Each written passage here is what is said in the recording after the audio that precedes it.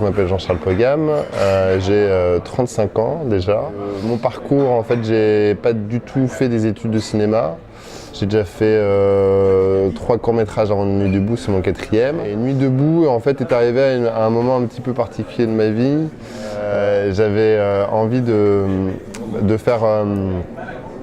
me lâcher un petit peu parce que mes 3 premiers courts-métrages étaient assez formels et c'était pas du tout des comédies.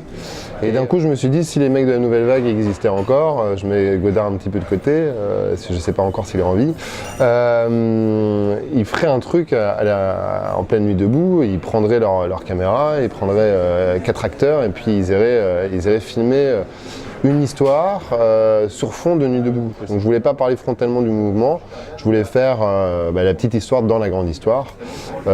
Et du coup, Nuit debout, ça raconte l'histoire de Franck, 25 ans, qui squatte chez des potes. Au début du film, il se fait virer de chez un pote chez qui il squatte depuis X temps. Et il a nulle part où aller. Et son pote lui dit, si tu veux trouver un toit, t'as qu'à te trouver une meuf, peut-être qu'elle te ramènera chez elle. Et du coup, ce con commence à faire Tinder, tombe sur une meuf sur Tinder qui lui dit ouais, je vais boire des coups avec des copines vers République. Et il tombe où? Il tombe en pleine Nuit debout. Comment j'ai pensé à ce personnage de Franck? Moi, c'est des personnages que j'aime beaucoup, les personnages qui sont à la marge, losers.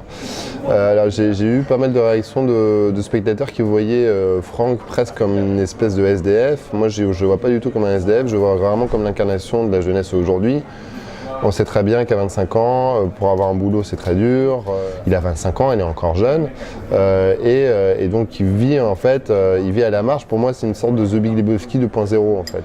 Mon envie première était de raconter cette histoire, mais en même temps, c'était aussi un formidable moyen de mieux connaître Nuit debout, de mieux connaître les arcanes de ce mouvement. Un autre petit truc aussi qui était intéressant par rapport à Nuit debout, c'est que, étant donné que j'avais ce personnage principal de jeune marginal qui ne s'intéresse pas du tout à la politique, ça m'a permis également de parler de cette scission qu'il y a dans la jeunesse entre une grosse partie de la jeunesse qui ne s'intéresse pas du tout à tous ces mouvements et une espèce d'avant-garde éclairée qui sont souvent des étudiants. Et du coup, avec ce personnage-là, face aux petits jeunes qu'on voit dans le film et qui managent un petit peu Nuit debout, ça me permettait également de montrer cette scission au sein de la jeunesse.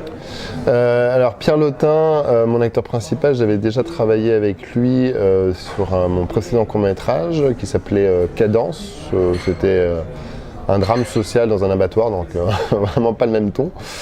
C'est un acteur qui est extrêmement talentueux et très intéressant dans, je trouve, le paysage cinématographique français parce que c'est un acteur plus instinctif que technique et en France, on a tendance à avoir des acteurs qui sont plus techniques qu'instinctifs et c'est un acteur extrêmement physique. Bien entendu, on a eu beaucoup de contraintes. Le film s'est fait en tout et pour tout avec 5 000 €. J'ai appelé mon producteur, je lui ai dit voilà, on fait le truc avec une équipe très réduite.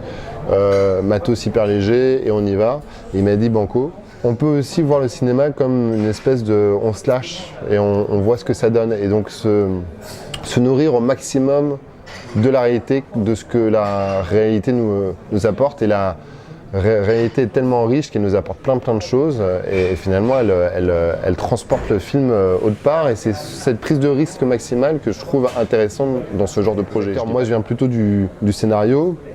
Et c'est vrai que sur mes films précédents, j'avais tendance à peut-être être un peu trop proche du scénario et c'est un vrai écueil en fait. En termes de jeu et par rapport à ce que Nuit debout nous a apporté, il y a cette flexibilité, cette spontanéité. Spontanéité, c'est ça le terme. Je pense que là, il y a vraiment une espèce de souffle et ça fait du bien aussi à certains moments, quoi.